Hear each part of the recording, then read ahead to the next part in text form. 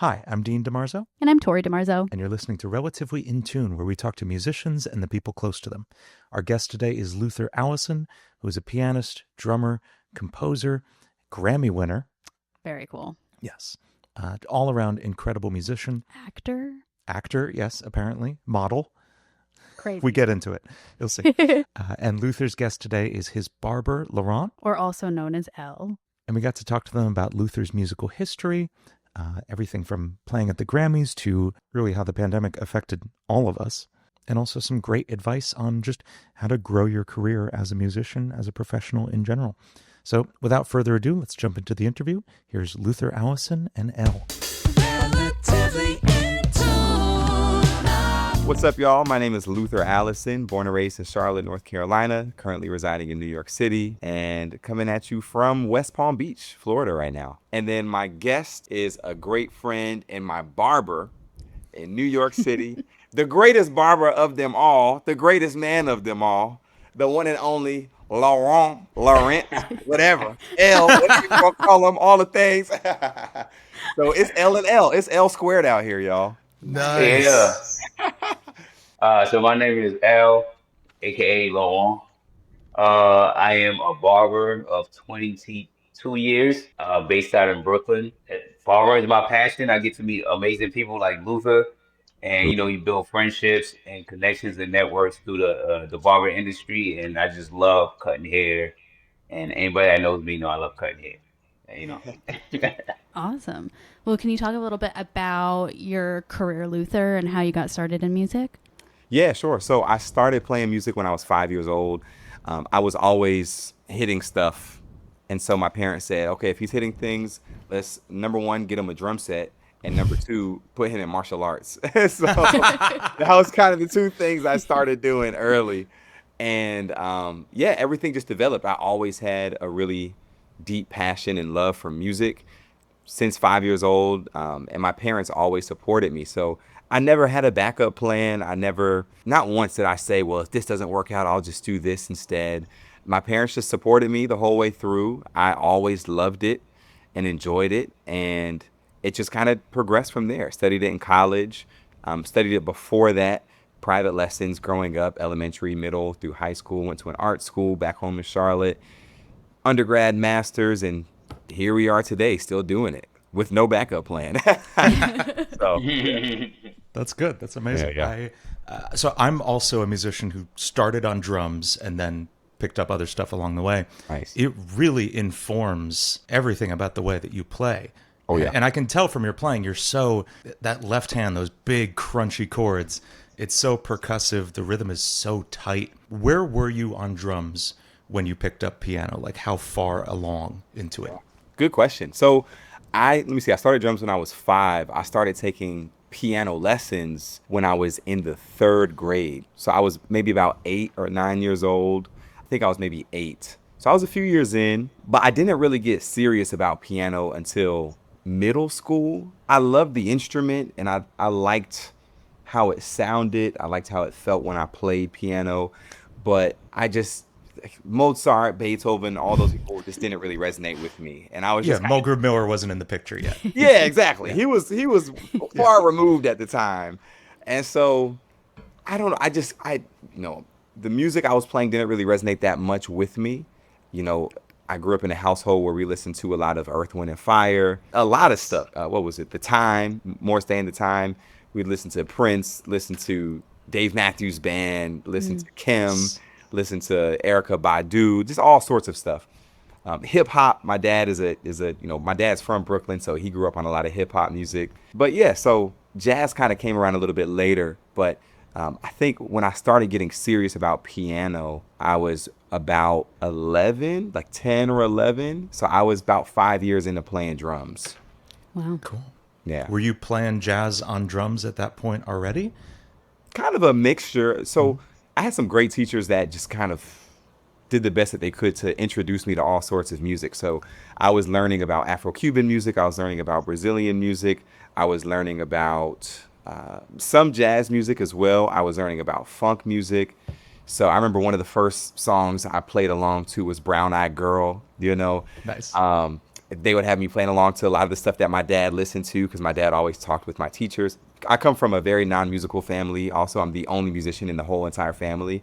So Wow. that was also another interesting dynamic. But yeah, my dad was very hands-on in my development with my teachers too. So I think that also influenced, what they had me playing along with, and the grooves that I was playing, the music I was listening to.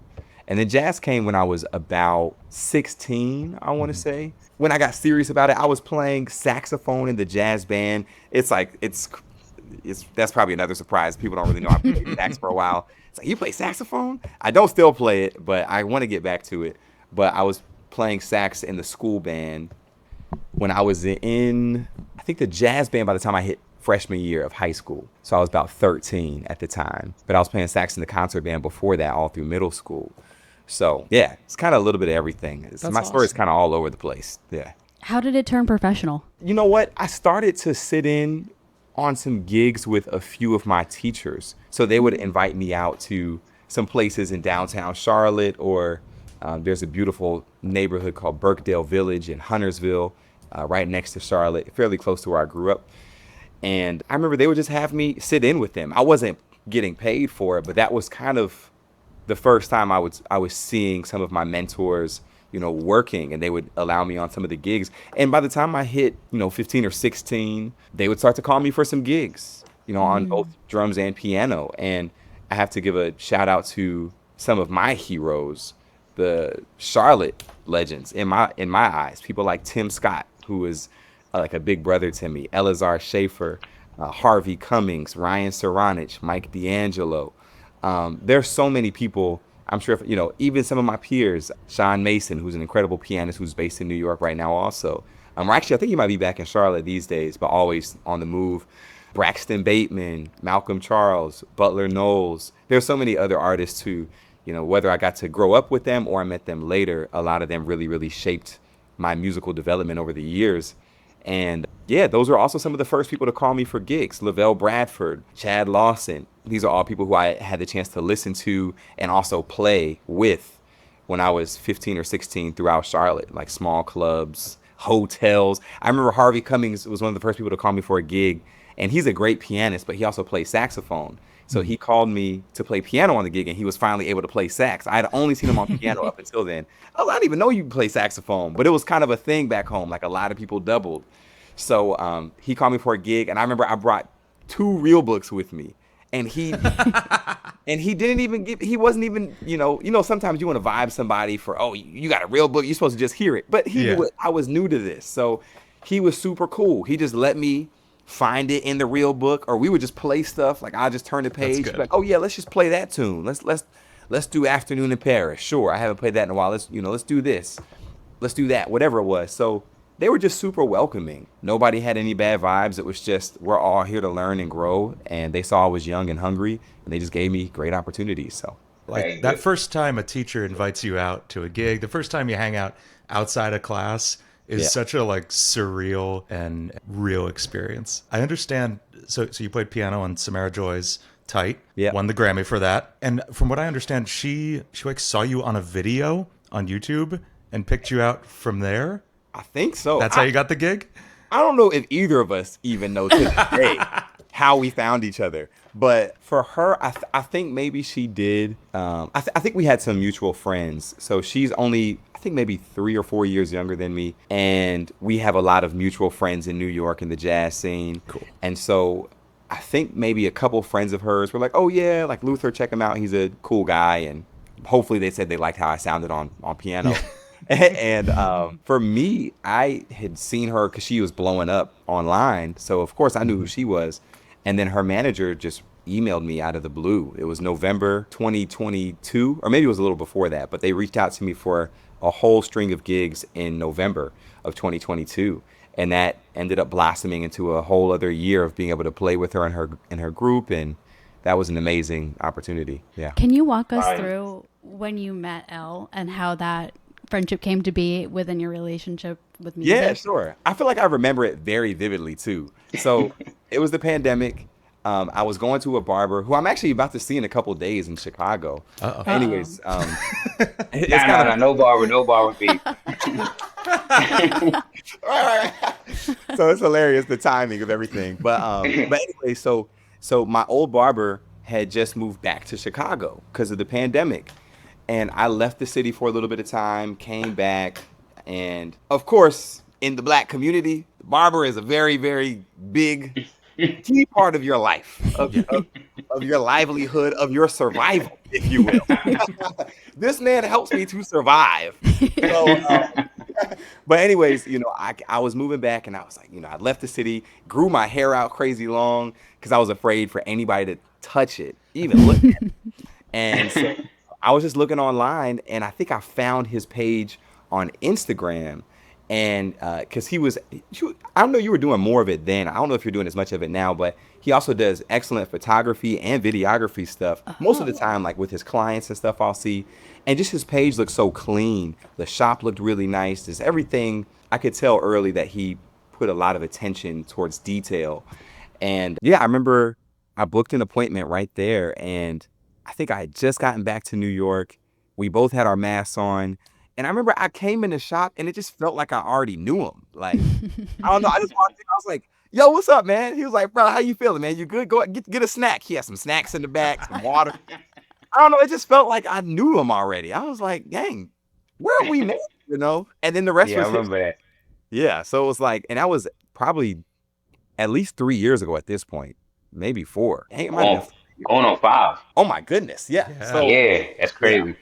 dang, that's great. So, but yeah, that was it. And what was your take on it, Elle? Yeah, it was very similar because I don't remember his perspective before he met me, but I remember he walked in and he had like this bigger than life vibe. He was like, how he is now, he was very energetic. He's like, hey, what's up, man? I'm like, hey, what's up, brother? And I gave him a pound. I was like, yo, you want some snacks and some water or something like that? He goes, what? You got snacks and water? That's the stuff that sets you apart, though. As a Yeah. yeah, I've never as been to a any kind of barbershop with business. snacks. I'm like, man. That's huge. And then he got the snacks and he introduced himself. I introduced myself and we started talking. And he said, I think I know you from somewhere. And I remember that conversation. I remember Yeah. he's like, I think I know you from somewhere. And I was like, how old are you? He told me his age. I was like, nah, we definitely didn't grow up together because I'm much older than him. So Yeah, and yeah. then, We're like 9 years apart. Yeah. yeah. So then and then he's like, damn, I see you somewhere. Are you a musician or something? I'm like, nah, man, I cut hair, obviously. And then we just talked, had good conversations. We got to know each other really well, like in the very first haircut. And then he was telling me about how he just came from Aspen before the pandemic. And he was saying Yeah. how he was traveling to do music. And that blew my mind because I'm like, wow, you really traveling and getting paid to travel and then paid to do what you love to do. That's, to me, that's success. So I just always kind of like gravitate towards Luther as far as like these type of conversations because it's inspiring. Yeah, I was gonna say this reminds me a bit of like the relationship I have with my barber. We both talk a lot of business. Every time I go to see him, he's filling me on what he's doing, especially with Instagram, social media. He's big into video and photo too. How much has that changed over the last 10 years? Like how important the social media aspect of it is for the barbershop. Oh man, it's like night and day. Because I started cutting in the barbershop in 2003. I was 17 years old, and I remember just walking in the barbershop, and it was like, oh, it was like heaven, right? It was. I got to do arts and crafts, which is barbering, right? Then I get to talk, crack jokes, watch TV, play music. I thought it was unfair how fun it was, but it was never respected as like a high quality career. And I remember as a young barber, every barber that I knew was a barber and something else. Like you couldn't just be a barber. So it was like you was a failure if you were just a barber. So as time went by and then the internet started to grow and social media started to grow, that's when barbering became like this beautiful thing, right? And then the pandemic just pushed it really far because then people realized, hey, I do need a barber. Like it's necessary. And right after that, like Luther was saying, I started focusing more on like photography, videography, and also the barbershop itself. So I want people to come in and realize they're in a very nice professional environment, but I'm still gonna be me because I'm a barber, right? So it allowed people to be professional and also connect with everybody on the human side. So the change to me was the professionalism, kind of like probably like 10 times more professional because Luther, maybe Luther could, confirm this, but I've never had to reschedule on Luther. I've never had to, push his appointment back. I take it so serious when it comes to my clients. I don't want them to feel like they can't depend on me for anything when it comes to the barbering, right? So the professionalism side had to kick into high gear for me. I always was professional, but now it's like a whole nother level. Just so people could depend on me 100%. That's all. Yeah, that's awesome. That's a long answer. Sorry. That's fantastic. That's why we have you here. For. It's fun. It occurred to me there's so much like overlap, especially now. Kind of the vibe I get from like a really good recording studio as a really good barbershop. Like the aesthetic of them is so similar. It's the service. And you want the same thing from both. That's good. It's a creative it's an art form. aspect. Yeah. Like everything. We talked a lot about about that too. creative. Yeah. What did you feel like when Luther came into your barbershop and said like, "Oh, I won a Grammy"? Were you like, what's that "Whoa!" mean? Like, Oh, man, that was insane to me. I've never met anybody in my life that won a Grammy, right? Even like if they won a Grammy and I met them later, I've never done that. But to watch somebody do what they love, get recognized for it, and then get acclimated for it, mind blown. And then Luther is just so humble. He's like, "Hey, dog, I'm viewing a Grammy tonight." I'm like, "What, on the stage? Or you gonna be in the audience?" He's like, "No, I'll be performing with Savara." And I'm like, "What?"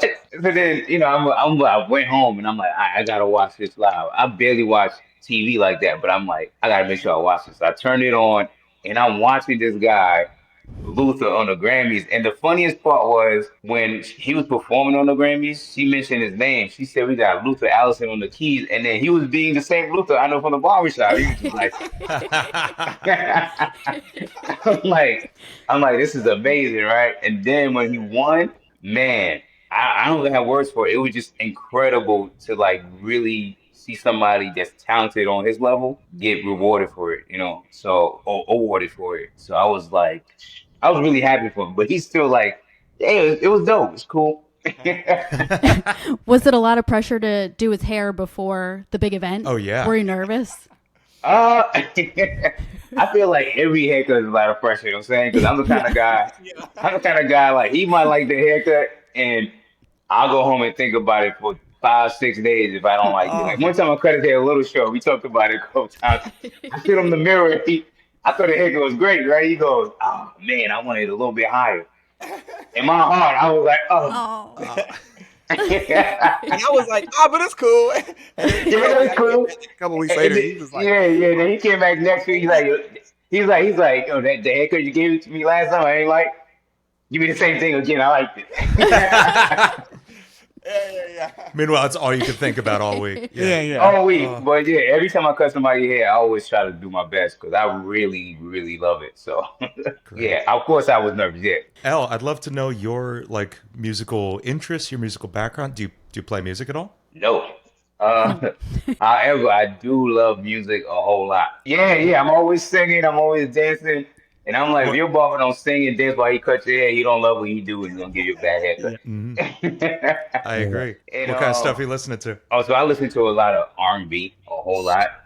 More like 60s, 70s, all the way up to the 90s. I love lyrics. I love instruments, so I love music that have live bands in it. I'm starting to get a lot more into jazz, thanks to Luther. Yep. Good. Yeah, I'm getting to a lot into jazz. For my Saturdays, I usually play some jazz, get set the mood. Taking towards the Afro beats, and of course, I listen to compa. I don't know if you're familiar with compa. It's Haitian music.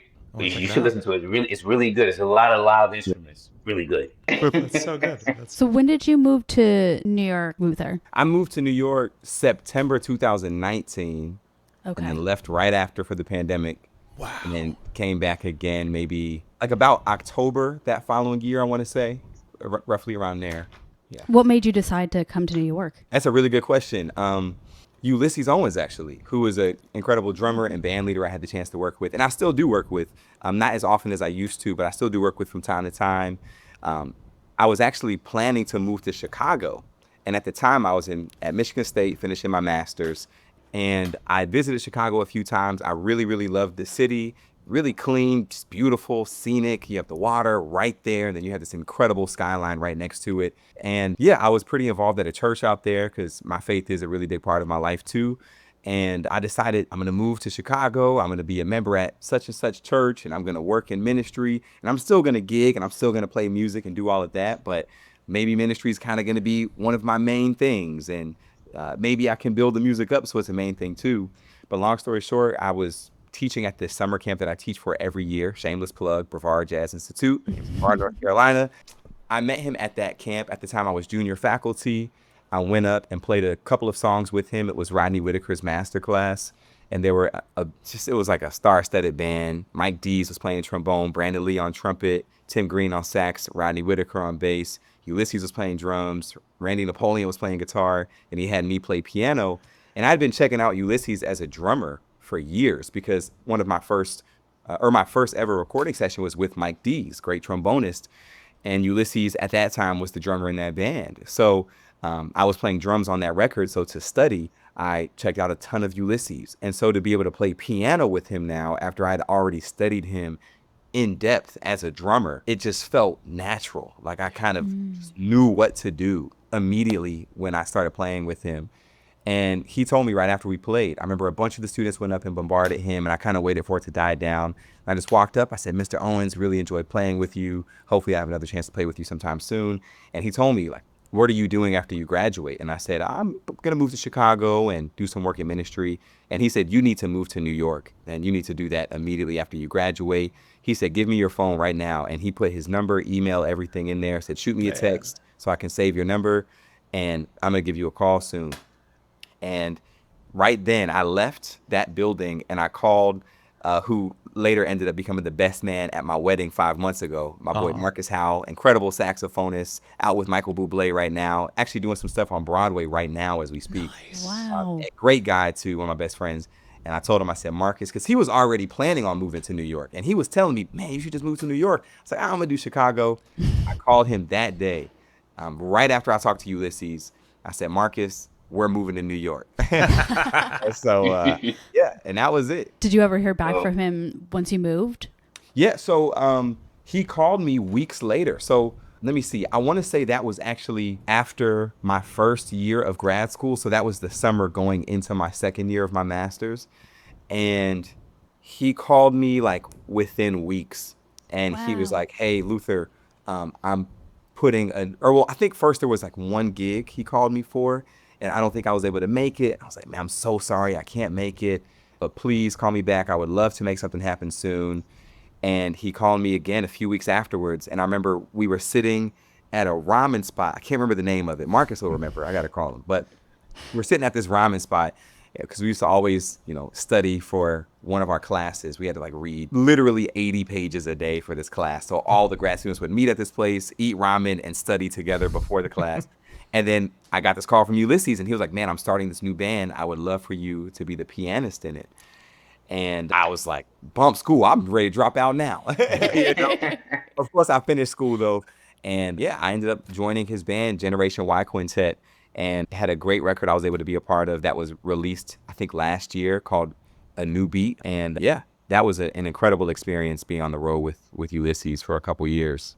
So you moved to New York, September 2019. Yep. Great time 5 months later to be a musician. Obviously, pandemic happened, so you went back home at that point? Yeah, I went upstate New York for maybe 4 months. I was in Diamond Point, and then Where's that? It's like right We're by... in upstate New York. Oh, it's by Lake George. Oh, okay. But beautiful. Stayed with some of my some close family friends, and then my dad came and picked my sister and I up because my sister also lives in New York City. So my dad came and picked both of us up because it was at that point we didn't know how long we were going to be staying. Oh, we had no idea what was going on. Yeah, because when we went upstate, we said, 2 weeks. So I brought 2 weeks worth of stuff. Yeah, it's either 2 weeks or the world is ending. One of those things. Right, exactly. So my dad got us and brought us back, and we stayed in Charlotte for the next maybe 3 months or so. And yeah, came back to New York, I want to say late September, early October-ish. Okay, that's when things started to open up again. Yeah. Yeah. So that's good. Something that's come up a lot in talking with a lot of musicians about that time, there was, just a massive explosion of social media stuff going on at that time. You do a lot of in-person performance. You are very much like the classic approach to being a jazz musician. I'm coming from the social media YouTuber end. So that's when my career took off, is when we were all stuck inside looking at our phones. Yeah. Did you find there was anything unique about that time period in terms of what you were creating? Did you write a lot during that time period or anything? Man, to be honest, I didn't really do a whole lot during that time. I think there was just so much mental strain, so much emotional strain from that time. I wanted to be able to do a lot, and I definitely feel like I took some advantage of that time musically.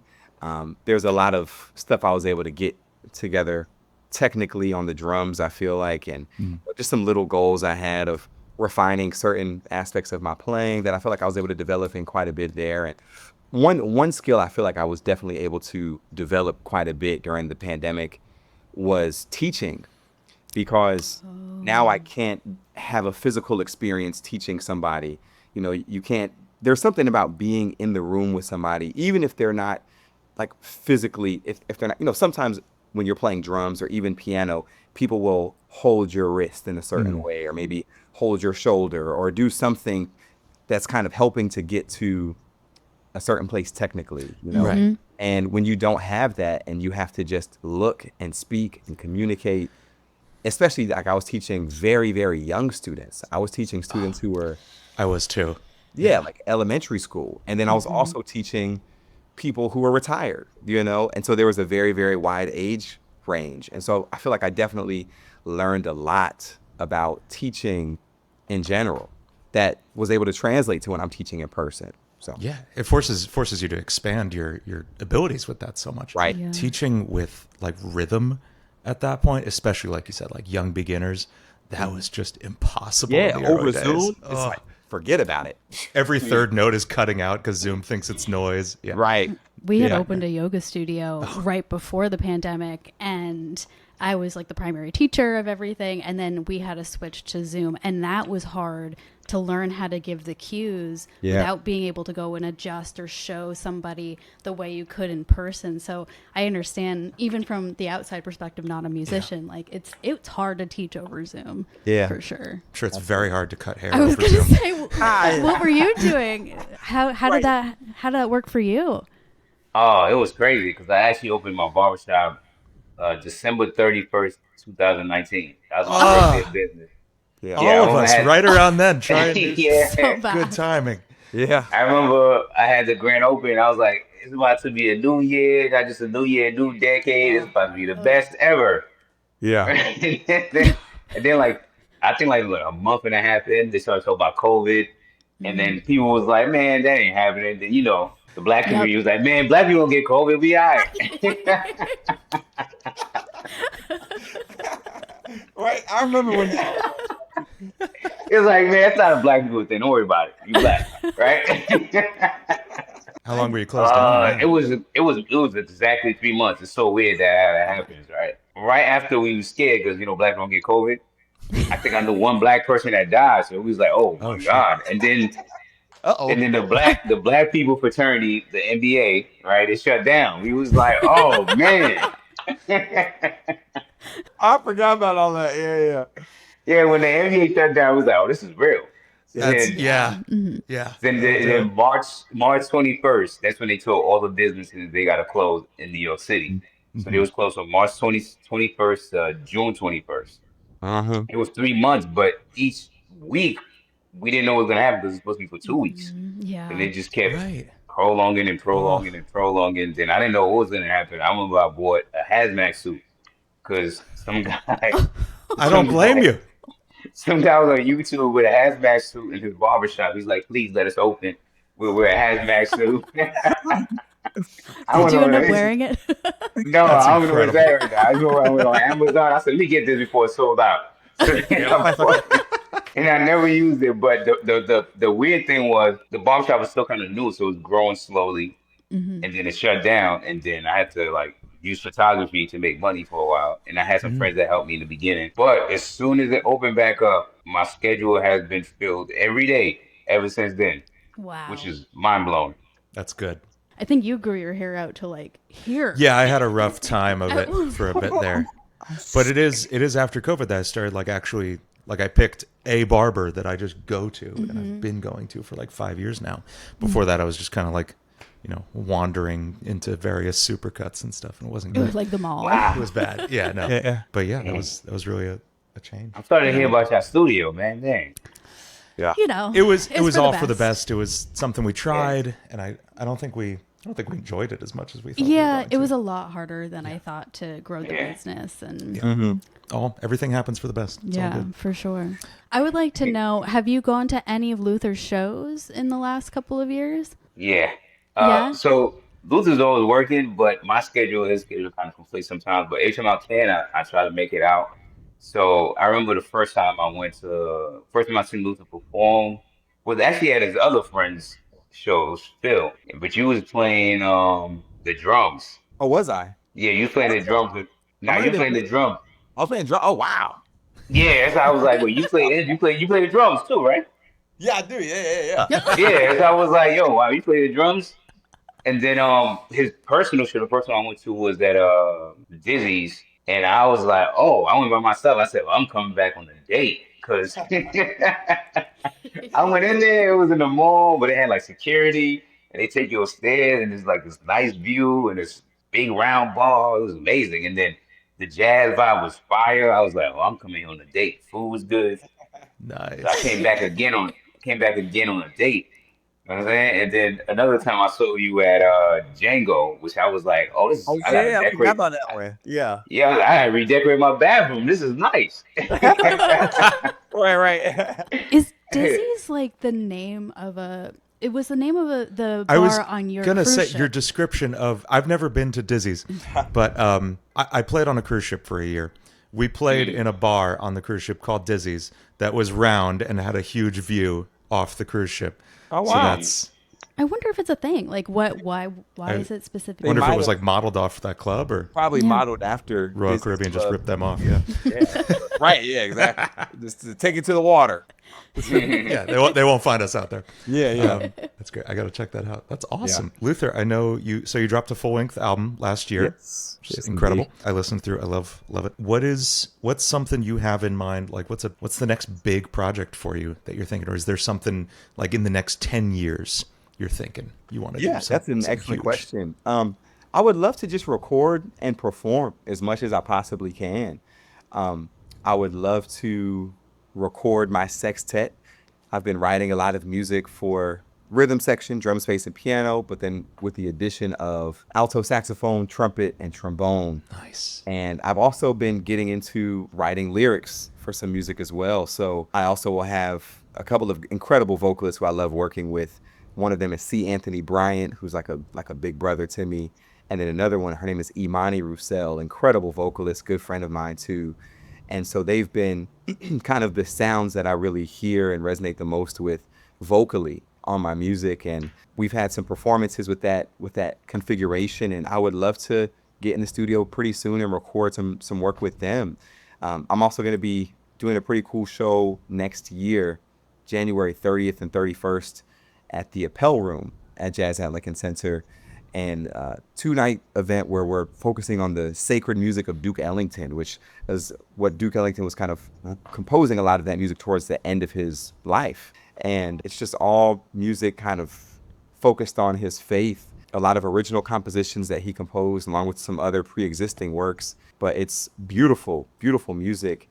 And I would love to maybe even do a live album from that show. And so, I plan to add some strings, maybe string quartet. That's actually going to be even larger. That's going to be I think a nonette. I'll have 5 horns and then 4 people in the rhythm section.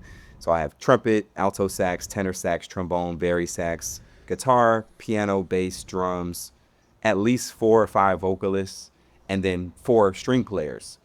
So I would love to maybe release that as a live record sometime next year. And, just trying to write as much as possible. And I have a lot of other performances coming up. I'm just looking forward to developing some music that I'm already working on. And, down the line, I would love to do some more work in film. Actually, funny enough, I guess you could say I acted and recorded music. You did, for yeah. a movie I was that's gonna say. out, The Bride, which will be coming out September 26th this year. I think I appreciate it. But it's like star-studded cast: Penelope Cruz, Jesse Buckley, Christian Bale. It's like Wow. Jake Gyllenhaal, produced by God. Maggie Gyllenhaal. It's Right. kind of insane. But What? How did that come about? Yeah. man, somebody DM'd me on Instagram, just like y'all DM'd me on Instagram. You know, That's how it goes. it was Wow. like, now we hear from that, you know. That's But amazing. that's how that was. You know, there was somebody who reached out to me. They DM'd me and they said, hey, you know, we're shooting for this film. They just kind of laid everything out.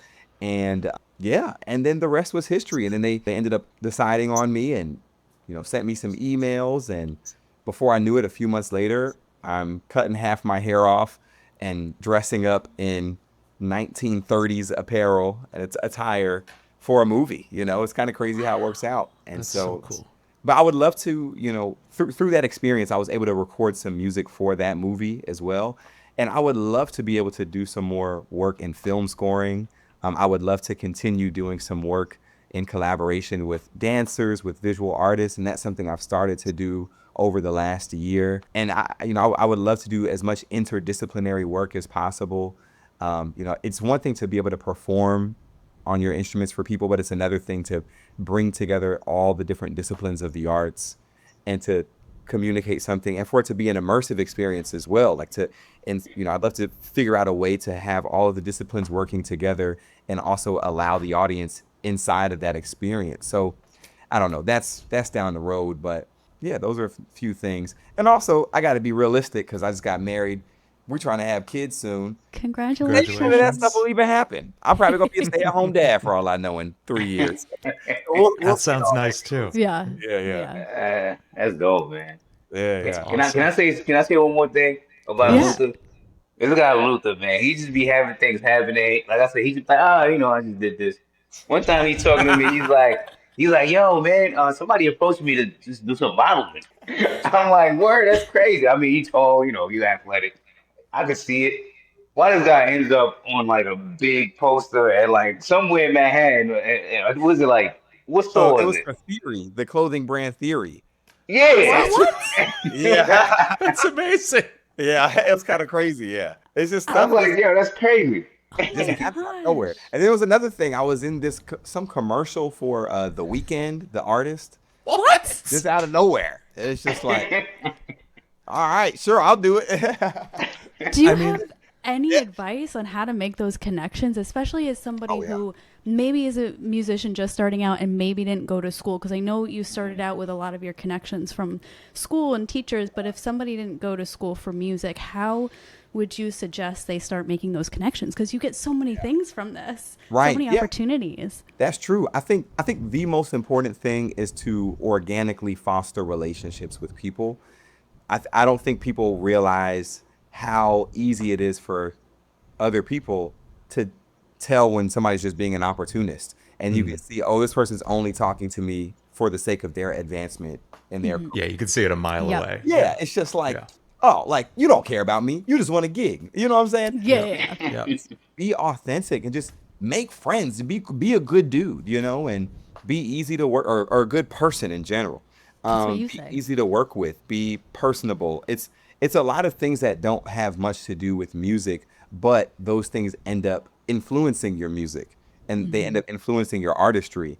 You know, if you just seek to be a good person who cares for other people and you just, you know, that's one thing that my dad would always say when he was younger. Because my dad is funny. He's an excellent communicator, but he's not an extrovert at all by any means. And I remember, you know, we went to a small church growing up, and randomly the pastor would just have my dad come to speak because he has just a deep voice, just a lot of bass, and he's an incredible. He enunciates extremely well. Just a great, just deep cat. And so they always felt so inclined to have him come up in front of the church and just start talking. You know, no advance notice, no heads up. So, you know, I learned a lot watching him navigate those situations because I'll see him get extremely stressed out. They can't tell, but I can see it. I'm like, oh, he is so stressed right now.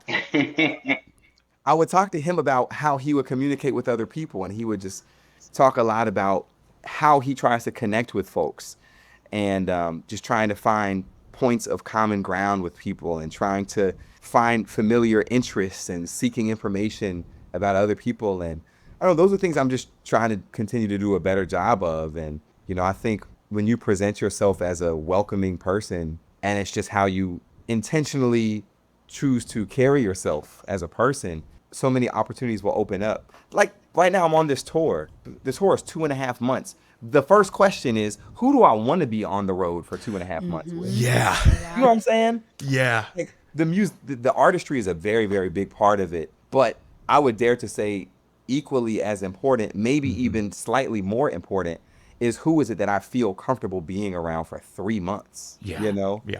Not a whole lot of people, to be honest. Yeah. Absolutely. And also, last thing I'll say to that too is, I think this is, we're kind of, it can be easy to say, I don't care what anybody thinks about me. I don't care how you choose to see me, this, that, and the third. I think it is important to be mindful of how you present yourself. You can still not care for the most part about certain things, but I think that for me personally, there are certain things where understand yourself, know yourself, continue to work on yourself. You don't have to try to live for somebody else, but make it an important thing for you to present yourself in a good way. Even if you're, my dad would always tell me, even if you're wearing sweatpants and a sweatshirt, look good, Yeah.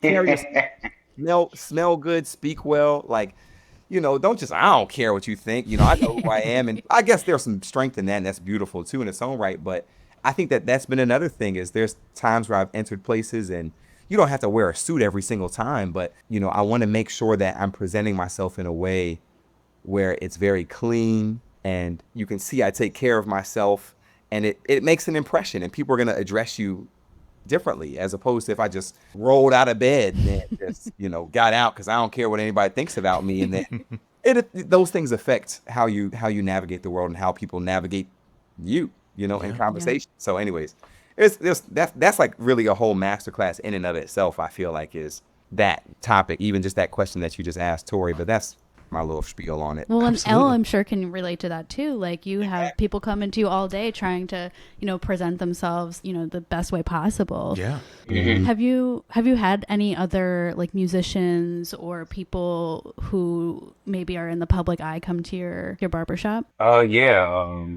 I have some people that are friends of Luther that come to the shop, and other people that are musicians and actors, some athletes, but they're all on that level of, I guess, advancing to greater pastures, right? So it's like they're always trying to look their best, and they'll tell me, "Y'all got this thing coming up, make sure you hook me up," right? And I'm like, "All right, thanks for the pressure, got you."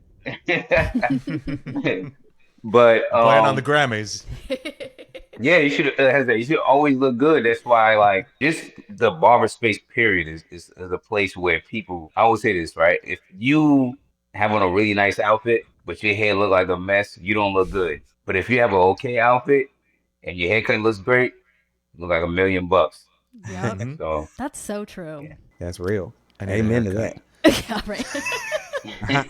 We'll book you on soon. Yeah. Thank you both so much for joining us. Luther, is there anything you want to promote coming up? Let me see. I'm not sure exactly when this is coming out, but I know we are in the final few weeks of this tour. Jazz Elegant Center presents the New Orleans Songbook, which I'm music directing. We finish April 7th. So not sure when everybody's going to be hearing this, where we're going to be in the tour, or if it's going to be over. On my website, lutherSallison.com, I have all of the dates listed for that. But really, if they just look on there, they'll see all of the upcoming dates that I have. If there's anything, I am doing something at Lincoln Center later this year. Not Jazz at Lincoln Center, but Lincoln Center in September, I believe. So that's going to be a really cool show to look out for.